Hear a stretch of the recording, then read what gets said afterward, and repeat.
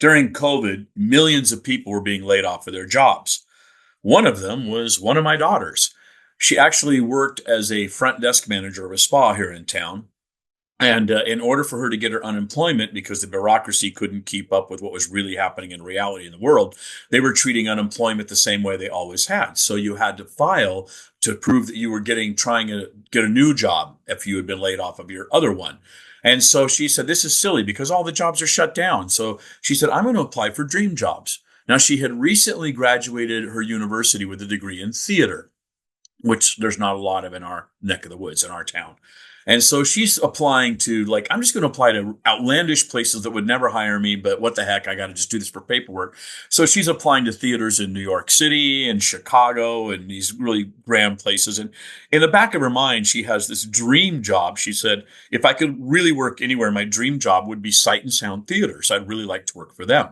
Now, Sight and Sound they do these huge Bible musicals. They do these lavish productions. I mean, bigger than Les Mis, bigger than Phantom, and I'm not joking when I say that. And they write original scores, original music, original scripts. They base them on the scriptures, and they'll do these huge Bible stories. And they had a theater in Branson, Missouri, that lo and behold was looking for a costume shop manager. And that's right up her alley. That was actually her theater expertise that she wanted to do. And she thought, I'll never get the job. I'm not qualified for it. What the heck? I'm going to apply for it. And Branson's this funny little town because if you're a West Coaster like us, we never heard of Branson, let alone Sight and Sound Theaters. That's not a name out here on the West Coast. Probably in other parts of the world, I'm sure you haven't either. But this theater that's in Branson, Sight and Sound, that does these musicals, I mean, 700,000 people a year see that show. In their auditorium seats a little over 2,000 people. And so it's actually a huge, lavish production. They run the show for an entire year, move on to another show the next year. And Branson, which we're all like, Branson, Missouri, for us in west side of the United States, we're like, what is that, right?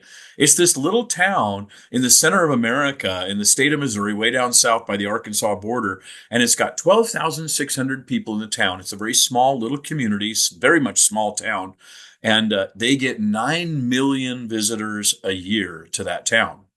So you can imagine it is a tourist town with hotels and roller coasters and theaters and shows. And that's pretty much the whole town is all that. And so my daughter gets the job. And she goes out there and begins a new life working in Branson, Missouri at Sight and Sound Theaters. When she arrives at the end of that COVID year of 2020, they're closing down the show Noah and they're opening the show Jesus. They're going to do a musical on the life of Jesus based on the scriptures. Now, if you were in marketing and you had to come up with a poster that would encapsulate and capture with one image Jesus, what would you do? A headshot of a bearded looking, long-haired, bearded white guy? What would you do? Would you do, I mean, most of us would probably pick like a crown of thorns and maybe some spikes near it. We would do something like that, or communion element, cup and bread, that kind of thing. What would you pick to be the single image that captures the life of Jesus? And Sight and Sound Theaters picked an image which was really incredible. It was an arm reaching into the sea, grasping another arm. And with the sunshine in the back, and there was this, that's it. This is Jesus encapsulated in these two arms, grasping, clasping each other in a ocean sea.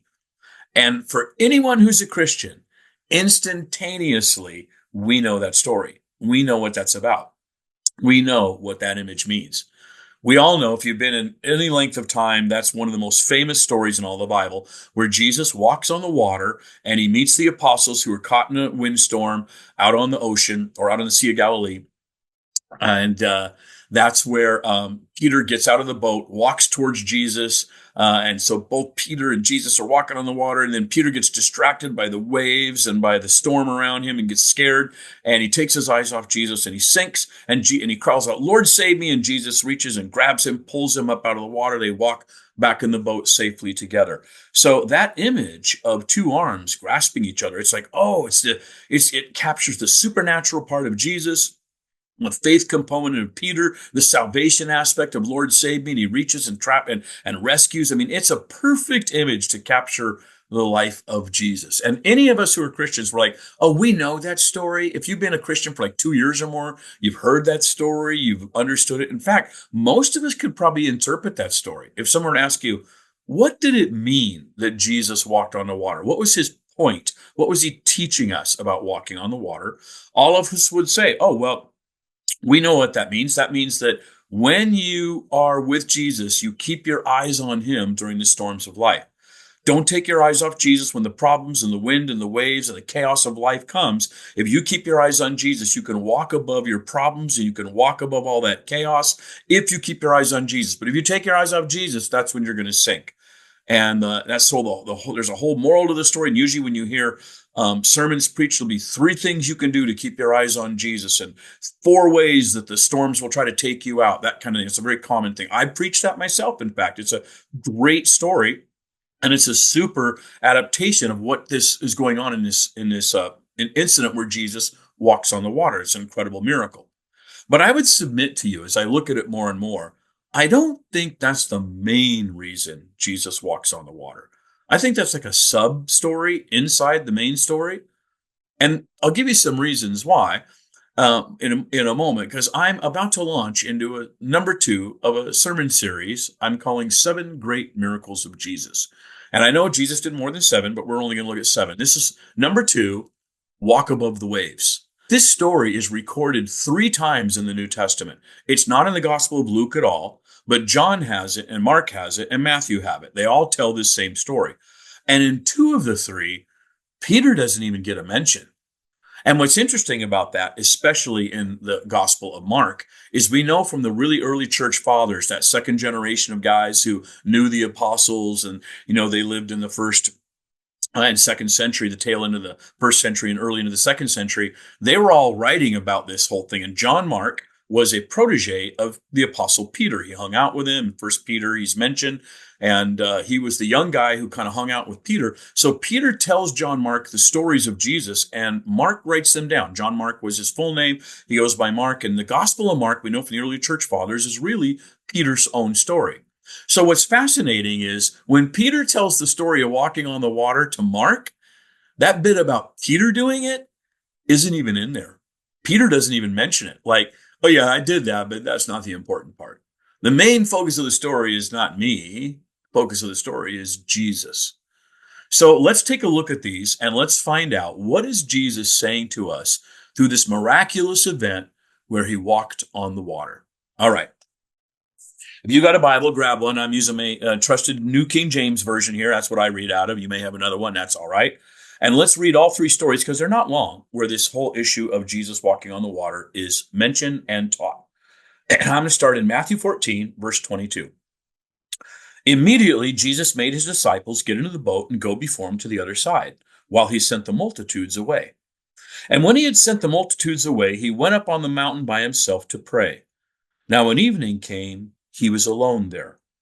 But the boat was now in the middle of the sea, tossed by the waves, for the wind was contrary. Now in the 4th watch of the night, Jesus went to them, walking on the sea. And when the disciples saw him walking on the sea, they were troubled, saying, "It is a ghost." And they cried out in fear. But immediately Jesus spoke to them, saying, "Be of good cheer, it is I. Do not be afraid." And Peter answered him and said, "Lord, if it is you, command me to come to you on the water." And so he said, "Come." And when Peter had come down out of the boat, he walked on the water to go to Jesus. But when he saw that the wind was boisterous, he was afraid. And beginning to sink, he cried out, saying, "Lord, save me." And immediately Jesus stretched out his hand and caught him and said to him, "O you of little faith, why did you doubt?" And when they got into the boat, the wind ceased. Then those who were in the boat came and worshipped him, saying, "Truly, you are the Son of God." When they had crossed over, they came to the land of Gennesaret. And when the men of that place recognized him, they sent out into all that surrounding region, brought to him all who were sick, and begged him that they might only touch the hem of his garment. And as many as touched it were made perfectly well.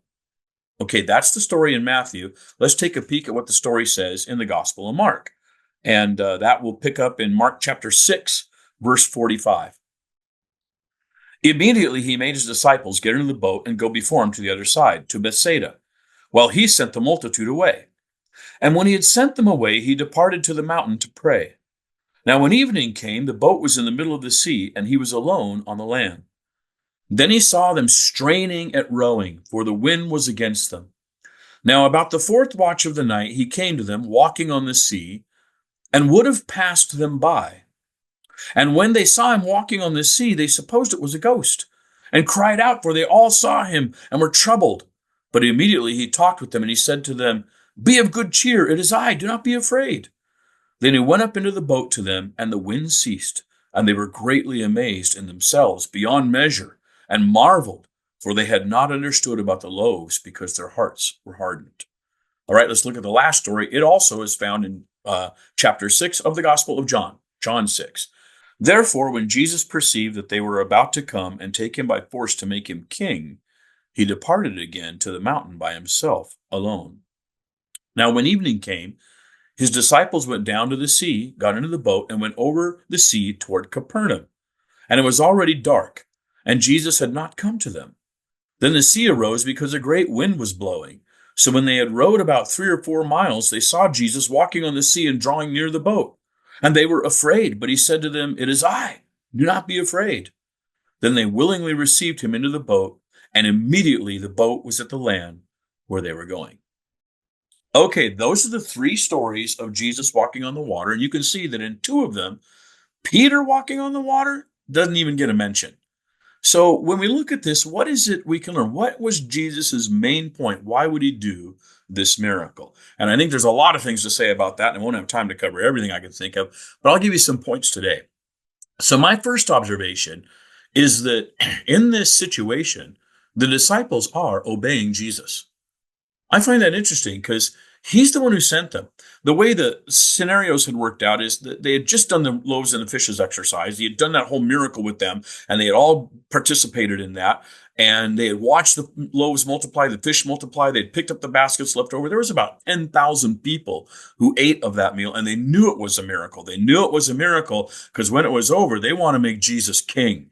They're like, whoever this guy is, whatever he's doing, let's put him in charge of everything. And they're going to force him to be king. And Jesus is like, yeah, I'm not going to let you guys control me. So we're going to do away with that. So at nighttime starts to fall, he tells the disciples to get in the boat and get out of here. I'm going up on the hill to pray. I'm going to spend some time. And obviously he's saying, I'll meet you later because they're aware of that. Now, Mark says go to Bethsaida and the others say to Capernaum. They're going to end up in Gennesaret. So if you look at a map of the Sea of Galilee, you'll see that the miracle of the loaves and the fishes takes place in the outskirts of Bethsaida, within their territory, but not in the town. So out in the remote regions, within the region they would control. So chances are Jesus said, okay, maybe he was saying go to Bethsaida where the boat is, and then go over to Capernaum because they're going to end up in Gennesaret, which is also south of Capernaum. So they're crossing the north end of the Sea of Galilee, not straight across and not the length of it, but just the north end. And so he sends them out there, and there's this whole thing going on where he's like, I'm alone. I need some time to meet my Father and be in prayer. You guys get going. And they probably wait around for him for a while. Like, well, he said he'd meet us. What are we doing here? Finally, they're like, we got to get going. We got to obey him. So they get in the boat and they head out. Now, if you're obeying Jesus, things should go smooth, right? Things should be easy, right? I'm doing what Jesus said. Jesus should clear the path and make things happen. But that's not what happens with them. They get in the boat and they get out on the waves about 3 miles, and the wind has picked up huge. Now, it's not a thunder and lightning storm. All three texts say it's a windstorm. And every time you watch any kind of show on the life of Jesus, you watch a movie of any kind, always in this scene when Jesus walks on the water, it's this giant thunderstorm. There's light bolts of lightning, and there's wind coming, and there's rain coming down sideways. And there's no wind, there's no lightning. It is not a thunderstorm.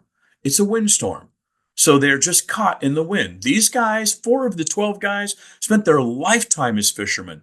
They know how to manage a boat in this wind. They know what to do. So I'm sure they're rowing, they're bailing water, maybe come over the side. We're rowing, taking turns because they're getting tired. And they're doing this. And sooner or later, they realize we're making no progress here. We're making no progress in this windstorm. And they're out. They should have crossed the other side by now. But the wind is so strong, it's battering the boat back. So as much as they row, they're like getting nowhere. It's taking all of their effort just to get nowhere. And I don't know if you've ever been in that situation. I have. There's a lake near us where I've gone fishing. I got a little 12-foot rowboat kind of fishing boat that I go out on sometimes. And one time I'm out on this nearby lake. It's about 2.5 miles long and a little over a half mile wide, and fun rainbow trout fishing's at the other end of the lake. So I was down there and I'm hanging out there and catching trout and having a good time. And it starts to get cold and it starts to get a little bit windy. I'm like, I got to get out of here. So I'm going to go back and, get out of this, off this lake. And I go to hit my motor and like,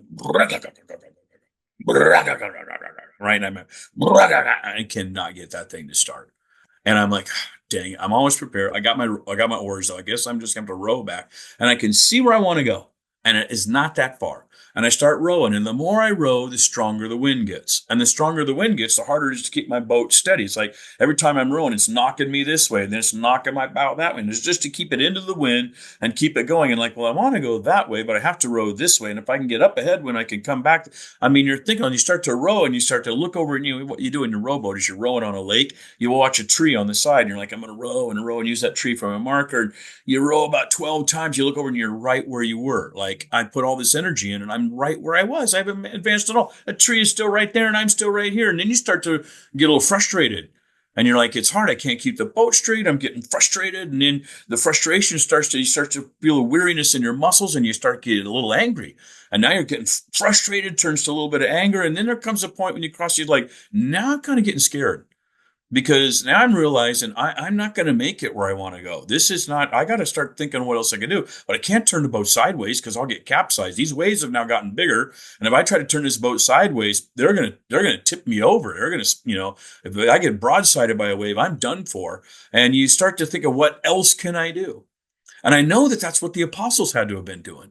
They're rowing and they're bailing and they can't turn around because you try to turn that boat sideways. Those giant waves will roll you all over and you're done for. So all you can do, you can't go back. You can't turn sideways. You just got to keep going and hope that the wind dies down.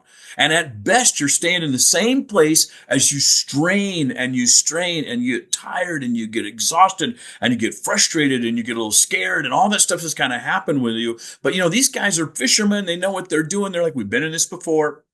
We know how to manage ourselves. And they got to be wondering, why did Jesus send us into this? And if Jesus sent us into this, why isn't he here helping? Where is he to be seen? He said he would meet us. He's not even here. We're out here in these boats making no progress, tired, exhausted, frustrated. What in the world is going on here? And the first thing I observe is like, you know what? That's how life can be sometimes. Sometimes, even if you're obeying Jesus, you can find yourself straining and rowing, trying to get your lifeboat moving, get your life where you want it to be, where Jesus told you to go, following the ministry he may have told you to do. And it ain't easy. It ain't easy at all. And you're wondering, well, where is Jesus helping me, right? Why isn't he here? Now, I don't know. Maybe you've been in a situation where you're trying to obey Jesus and tithe and get out of debt, but it isn't easy. You're straining and straining. It seems like no matter what you do, you're making no progress. Maybe you're living a life that's lonely and you're like, I need friendships or I'm looking for a companion in life. And you're like, whatever I seem to do, it never seems to work out. And I'm straining and I'm trying and I'm tired and I'm exhausted and I'm frustrated.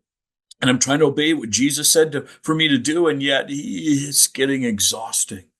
Maybe you've been in a marriage where you're like, well, there's supposed to be two of us rowing the boat, but I'm the only one with an oar in my hand while the other one just sitting there.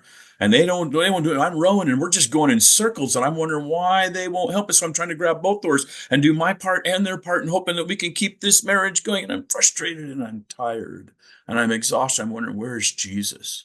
Maybe it's your career.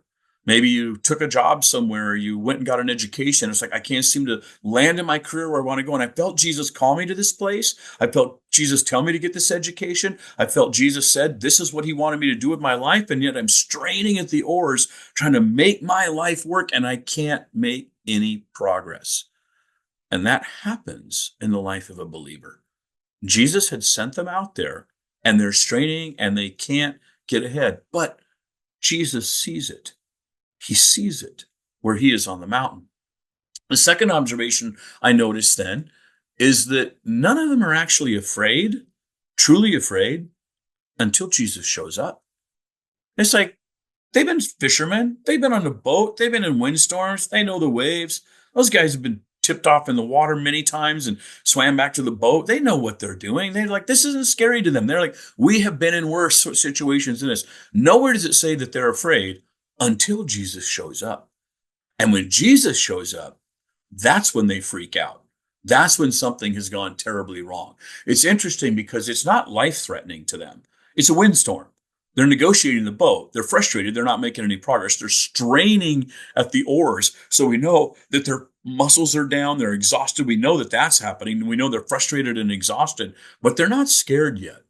And it says that they're about 3.5 miles out. In one translation, we'll use the word stadia. So about 3.5 miles out, this is hours later. He sent them out. His sun was setting, and now it says in the fourth watch of the night, this is when he meets up with them, and that means it's about 3 or 4 o'clock in the morning. It's like they're out there in the deadest, darkest time of the night where they can't turn around, they can't go back, and they should have crossed that lake by now. They should have well made it across there in half that time. And they're still in the middle of the lake straining at the oars, but they're not scared. They're just exhausted. And that's when Jesus shows up. And when Jesus shows up, that's when they're a little freaked out. See, I think up to that point, they keep doing it because they're like, well, first off, what choice do we have? We're in the boat on the water. We can't turn around because we'll get broadside and this boat will roll over. We can't go back because that requires us to turn around. We can't put in somewhere else because we're trying to obey Jesus. We're going to the same way, but we're making no progress in the direction that Jesus told us to go. But they're still thinking, we can handle this. We can handle this. We know what we're doing. We've got the talent, the abilities. We've got the skills. We can handle this. And so suddenly they're probably gotten to have the conversation. I'm thinking out there, they probably had the conversation. If Jesus was with us, he'd at least help us bail the boat. Someone with a little bit of faith would say, yeah, he could help us row, man. If Jesus was with us, one more guy to row, one more guy to bail. I don't know why he pushed us out here. Like, why isn't he helping in any way, shape, or form? Someone who might have had a medium amount of faith would say, oh, well, if Jesus were in the boat, he could make this wind die down. I mean, he'd calm that one storm earlier in our lives. Yeah. They don't say if Jesus were here, he would just calm this storm. But he's not even here and he's not doing anything. And someone else who might even have big faith would say, hey, if Jesus were here, he'd change the wind direction, get us there in no time. That's what Jesus would, that would be a person with big faith, right? But no one would say that if Jesus were here, he'd come walking out on the water. Nobody's thinking that. Nobody is guessing that. Nobody's understanding that at all. No one would think he'd come out here walking on the water and get in a boat with us. And yet that's what Jesus does. And when he does, it's frightening. It freaks them out. Seeing this level of Jesus, seeing this level of his majesty, his power, his glory, his otherworldliness, his supernaturalness completely frightens them. Completely frightens them. That's when they get scared. Troubled is one word. They're like, whoa, this guy who we've been hanging out with, we thought was a guy who had tapped into the power of God. We thought this is a guy who's righteous and holy. This guy is like a prophet. But they had yet to understand, oh, this guy we're hanging out with is God. He's God in the flesh. This is the one who is fully God and fully man, combined in what theologians call the hypostatic union. Not part God, part man, not sometimes God, sometimes man, not God hidden inside a human body, fully human, fully God, united together. And they have not comprehended that yet. And when Jesus comes walking on the water, the third observation I have is, I think Jesus is the real central character in this miraculous story, and he's revealing something about himself. The story is only minorly about Peter. It's majorly about Jesus. And when he comes walking on the water, it's interesting because in Mark it says he intended to pass them by. And I looked at it in 7 different translations and did a little study on the Greek to try to figure out, well, how should that Greek word be interpreted? You know what I found out when I did that deep word study? What that actually means is he was going to walk by. He had no intention of actually getting in the boat. It's like, I told you I'd meet you on the other side, and I'll meet you on the other side. I'm going. So, hey, guys, keep at it. I'll be over here, right? I mean, like, what is that? That's just such a weird part of the story to me. And so he's showing them something about himself because he saw them straining at the oars. He walks out to the boat, and he's going to pass them by until they call out to him. And when they call out to this supernatural moment of Jesus moving, that's when he really says something about himself. And he says, it is I, do not be afraid. It is I, do not be afraid, right? And this it is I, it's a weird nuance in the Greek. It's very similar to the I am. And the I am is the declaration of God's name. That's the name that God had given Moses at the burning bush. Well, when I go back to release the Hebrew children, who should I say you are? What's your name? We don't even know your name. And God says, tell them I am that I am. And whenever you see the phrase I am in the New Testament, it is a reference again to the name of God. And Jesus saying, it is I, is like he's saying, I am. Do not be afraid. I am. That's me, right? I'm here, right? I'm with you. God is with you. The all powerful, incredibly supernatural God who is above all things is actually with you. This is what he's saying. And I think it's fascinating because as I'm looking, I think, we often will pray to God, but we kind of expect God to solve our problems our way. Like we can think about how I want God to solve my problem of finances, or how I want my God to solve my problem of health, or how I want him to solve my social problems or my relational problems. And there's usually a way I can think of what I want God to do. And there's a way in we're saying, I'm going to pray that God would do the thing that I would expect him to do to fix this problem. And yet God, Jesus, will solve the problems very differently.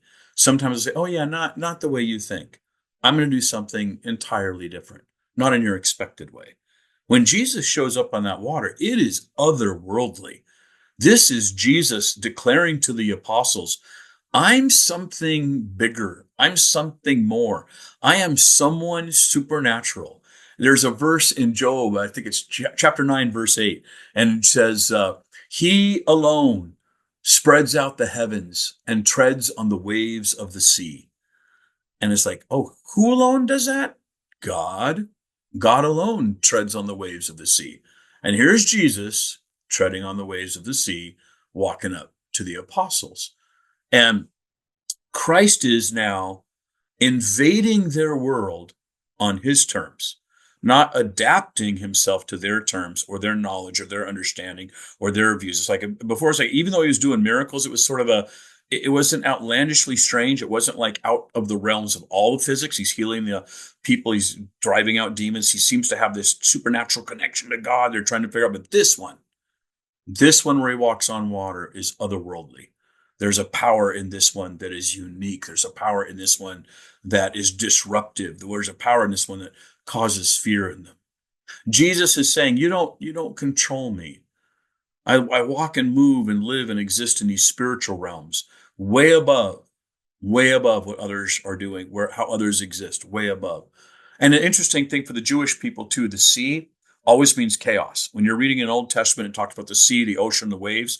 That means dread, fear, chaos. The ancient Israelites were never a seagoing people. To them, the sea was death, dread, chaos, fear, terror. It means all of those things. So whenever you're reading an Old Testament verse and you read about the sea doing this and the ocean doing that waves, that always means something super negative.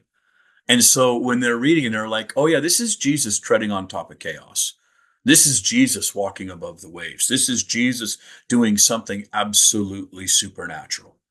And I think what's fascinating in this moment, that after those three observations, right, that they were obeying Jesus and they're not afraid till Jesus shows up, and then Jesus is revealing who he really is. It's in that moment, the invitation is really extended to say, will you step into my world? Jesus is saying.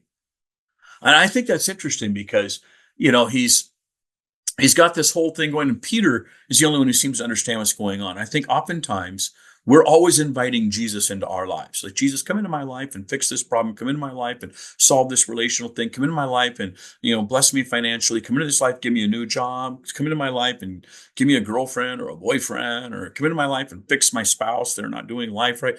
Come into my life, kind of do the thing I need you to do on my terms. And Jesus once in a while comes along and says, oh, I'm way above all the things you're asking. And when you do a surrender, maybe sometimes Jesus is asking something very different. Peter, for instance, I think he's the only one who gets it. In this moment, they're seeing Jesus and they know he is otherworldly. He's like God. And that's when they're suddenly realizing, oh, we're putting it all together now. He's showing us that he's God, not that he's just a supernatural man or a person who's tapped into the power of God. He is God. That's what they're seeing, and that's what he's showing. This whole thing is happening. It's interesting because Peter looks up and he's realizing, oh, this is what's happening. I have an opportunity to step into God's world. This is maybe a once in a lifetime, once in a moment, certainly an opportunity he saw. Up until now, he's been moving in my world, doing miraculous things, but this is a chance to step into his world. And Peter's the one who says, well, if it's really you, invite me to come out there, right? So Peter's not scared. He's not jumping ship like, well, this ship's going down. I'm going to get out of here before the rest of these guys sink, right? He's not scared about that. He's not afraid the boat's going to go down. He's like, I'm wanting to not be here. I'm wanting to be over there where you are, Jesus. I want to be out there with you. I want to experience what you have to truly offer, which is so much higher than what I know and what I can expect.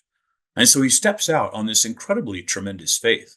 Like he's saying, that's God's world out there. I want to be out there in that world with him. And that requires me to get out of this boat. And if I can get out of this boat, instead of Jesus coming into my world, I'm going to try to get out and go to his world. And that's where Peter's at. It's Peter saying, can I come?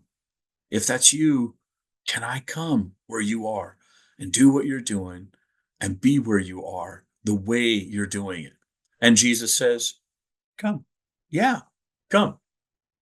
It's Jesus saying, you're always inviting me to step into your life.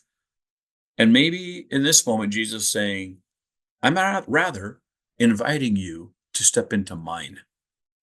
Get out of your boat and step into my life and experience the supernatural love of God, experience of God, power of God that treads above the waves and the sea of chaos. And it's interesting because Peter leaving the boat is no small thing. I mean, that boat is his lifetime. He was a fisherman. He was one of the four big fishermen there, right? And Peter and Andrew, James and John, they were the four commercial fishermen. He spent his lifetime in a family business on the boat. He knew the boat. He understood the boat. He knew how the boat would move in calm seas, how it would move in rough seas. He knew it in a windstorm. He knew it in a thunderstorm. He knew it when it was just dead still. He knew it when it was at shore, needed to be clean. He knew it when it was out in the ocean and having a great time putting up the sail and going. That boat was everything he knew about life. How to make it move faster, how to make it slow down, how to make it stop, when it was too heavy and fully loaded, when it was about to tip over because the weight was distributed wrong.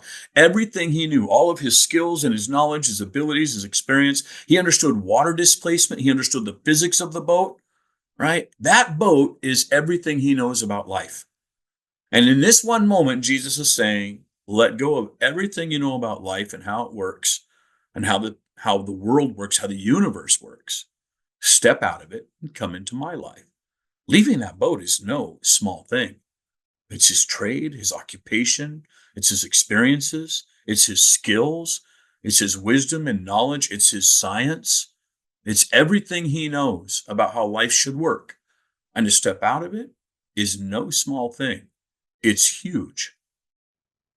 And he gets out on the waves, and I can understand where it's like, this is so freaky. I shouldn't be doing this. This shouldn't be happening. I mean, he disrupts it with his own mind and his own thinking. He disrupts his own participation in the life of Jesus, being with Jesus on Jesus' terms, Jesus' way, doing the kingdom of God on earth as it is in heaven, the way of God. And it's too freaky, and he starts to sink. And he sees the waves and the wind, and it's just like, this should not be happening. And he sinks, but he cries out, Lord, save me. And Jesus does. And he picks him up, and I think, almost in a laughable faith. I don't think Jesus is scolding him. I don't think Jesus is criticizing him, he's just saying, why did you doubt? You were already out there. You're already doing it. Why did you give up in the middle? You have little faith, right? And it's like, should have just held on to the faith that you had. Peter's test of faith wasn't how far he could walk on the water. I think it was whether or not he would get out of the boat. And he would get out of the boat. And it didn't last because, that's freaky. But I think his test of faith was passed. Jesus doesn't criticize him or scold him or condemn him. And the two of them walk back into the boat, and they get into the boat together. And it's interesting because I think it's fascinating because when they get in the boat is when we learn that the disciples marvel. They're wild now. They're like, well, I wasn't sure. You were out there in the windstorm, and the waves kept hiding you, and then I'd peek and I'd see you, and up all the waves bow up, down. There he is. Oh, and then now I know it really is you. You're in the boat with me now. You're in my life with me. And they're marveling at it. And Mark says they worship him. And that's interesting because that's the first time They bend to that level of acknowledgement. Up to then, he's Lord, he's master, he's teacher, he's rabbi, he's all those things. But when they worship him, they're saying, oh, now I know that you are truly otherworldly, powerfully, supernaturally God himself. And you're in my boat. You're in my boat. It's been said that to live with fear and not be afraid is sort of the height of spiritual maturity. To live with fear and not be afraid. That's the height. That's when you're like really walking hand in hand with Jesus. Some have said, and the truth, it is actually better to be out of the boat with Jesus than in the boat without Jesus. I think that's very true. Better to be out of the boat with Jesus than in the boat without Jesus. Best of all, of course, is to be with Jesus at all times, whether it's in the boat or out, but be with Jesus at all times. In his grip, having him hold on and rescue, best of all. So I guess the question I would ask when I look at this story is not like, how do you 3 ways to keep your eyes on Jesus, 4 ways to not look at the wind and the waves. The real question I have for myself when I wrestle with this is, have I gotten comfortable in my own boat? I mean, my boat's how I do life, how I solve problems, the skills, the talents, the abilities, the education that I have, the place I live, the things I do, the rhythms of my life, how I solve problems, how I do relationships, all of it. My boat is what I know.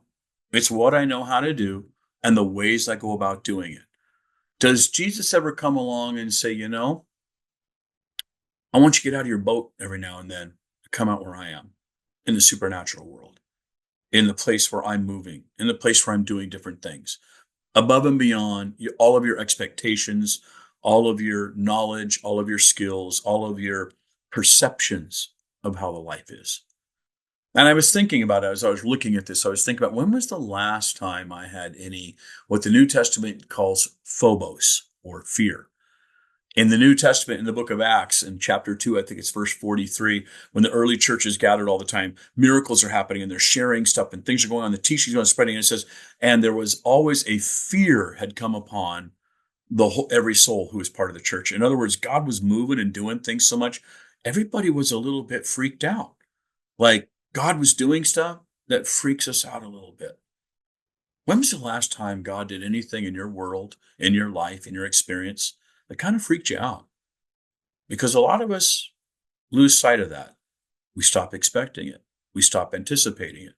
In fact, we pray prayers that God would just come into our boat and fix it on our terms, the way we understand life to go and how it should work. I was thinking about a time when I experienced that, getting out of my boat and being where Jesus was walking on the water. And I've had several. I don't know that I would say I lived that way. I wish I could, but I'm still learning and growing myself. And there was a time I think I experienced that when I didn't even know it. Years ago, I'd planted a church because had been in this big corporate, big machine church. I call them the big corporation style churches. Over 2,000 people came on a Sunday morning, and the church was a large corporate kind of make things happen. And we counted numbers of people, how many numbers showed up at the youth group, how many numbers came to your class, how many numbers of people showed up here and there. And everything was kind of measured by the weight of the size of the mass of the people coming. And, I had been in that church for 7 years, a program director and then a teaching pastor. And I began to get restless. And part of my restlessness was like, well, when do you ever really experience God show up? I mean, we're really good at doing excellence. We're really good at doing man-made perfectionism. We're great at performance. We're great at that. We do that really, really well. And we're kind of calling that God. But when does God ever show up that scares us a little, that freaks us out a little bit? And I started to get hungry for that. I started to want that more. I started to try to find a way to get that. I knew, well, the only way to do that is I got to get out of my boat. My boat was trapped in a windstorm. I could not get out of, no matter how hard I was rowing. And so I left that church on a kind of a quest to go plant a church where there would be a little more freedom and a little more nuances of things to do. But I knew I had to kind of disrupt the rhythm of my own life. I had to disrupt my boat, so to speak, in order to find or be at the place where God could move, where he could walk on the waters to me. Better yet, call me out on the waters with him. And I began to do this prayer night with my buddy Dave, and we just picked a night. We did Thursday nights, and so as we're getting ready to plant this church, we were going off, and every Thursday night for 2 or 3 hours we pray together. And there's this anticipation of letting God move, letting God do something. And I disrupted the rhythms of my life with this prayer night. And as we planted the church, then we incorporated that prayer time with we just started inviting other people. Oh, Dave and I are getting together to pray on Thursday. If you want to come, come. And that started to get bigger and bigger and bigger. And as our church planted, we had to start finding meeting spaces for it because we were meeting in a school. So we only had a church facility on Sunday and renting an auditorium and back. We had a couple offices, but we didn't have anywhere to meet. So we would borrow other churches for prayer night. And every now and then we'd call a church, say, hey, can we come in there? Come about 20 of us come down and pray at your church for tonight. And then, most every church said yes. A few said no, which was peculiar, but oh well. And so I remember one of them was this little Baptist church in the town we were in. And they said, yeah, you can have the keys to the church and come down and pray. And so I went down, and Dave and I did kind of the normal thing. And we went up to the main, some people call it a stage, some call it a chancel, some call it a platform. And it was one of those old style churches with a lobby, a couple double doors that open, and then you went into the main sanctuary, walked down rows, pews on the sides, all the way to the main platform. And we had gone to the main platform, and there was maybe 14, 15 of us that night praying, and we just set a chair in the middle. And we said, okay, if you need prayer, come and sit in the chair, and we're just gonna pray for you. And as we prayed, we could feel something different. I don't know how to describe it, but we could just feel like a warmth. We could feel like God was present there. We could feel by the very utterance of our words that we were praying that night that was with more authority, and the authority felt like power. And actually, as we prayed for people, like some emotional bondages were broken, that they were set free from, some old histories of resentments and fear and anger they were broken from. It was just really a powerful night. Everybody who sat in the chair received some kind of deep blessing from God that did something to unpack them and unleash them and free them spiritually. And and the next day, a couple of days later, like after that prayer night was done, I met this old guy who's part of our church. His name was Gary, and he was a crazy old cowboy, right? He was a cowboy. I mean, he had these big mutton chops and always wore a cowboy hat, great big belt buckle, right? And dressed in flannel, cowboy boots all the time. And he was a man's man. And there was no sissy fluffiness about that guy at all. He had come to faith actually when one of his friends was found knifed to death and his body was dumped in Niles Canyon and was found. That began his journey of faith because that's the kind of world he ran in. And we met a couple days later, Gary and I, and he says, hey, what was going on in that prayer night? And I said, well, we were just praying for people. Well, why do you ask? And he says, because I came in, I wanted to get some prayer. And I came into the building and I hit those double doors to go in the sanctuary, and I could see all you guys through the glass window. And there was this big bright light around you. And it was like so warm and so bright. And I wanted to get in there. And I opened the doors and I took 2 steps into the room, and I couldn't move any closer. It's like a power, a wave, a force was pushing me back. And he said, I wanted in so bad because I could feel the brightness and the warmth. He says, I got in the doors and I went along the side and I sort of creeped around the side trying to get around this side, but my back was against the wall. And I thought if I could just go around the edges of the building, I might be able to get up there. That force was so powerful, I physically could not move into the room. And I had to leave and get my truck and go home. What were you guys doing? And I'm like, wow, wow. And I felt the phobos. I felt the fear. I felt that, oh, God was doing supernatural stuff that night. And I'm not saying in any way, shape, or form he was rejecting my buddy, but sort of like once God was in the room, it's like he's already in the room and you can't get in late. And if he was one of those kind of, I don't know what to call them, silly emotional Christians, maybe, I'd be like, yeah, right. I'm skeptical that way. But he was a cowboy. He was not the kind of guy who would balk at anything and tell wild stories. He was a practical man's man. And if he experienced that, I kind of knew it was legit. So that wasn't the last time for me, but it was certainly a time I remember. And the weird thing about that was, in the moment, I didn't even know I was out of the boat. God knew. But we had disrupted our lives to create a time and a place when we would let God move. And maybe that's what he's asking for you to do.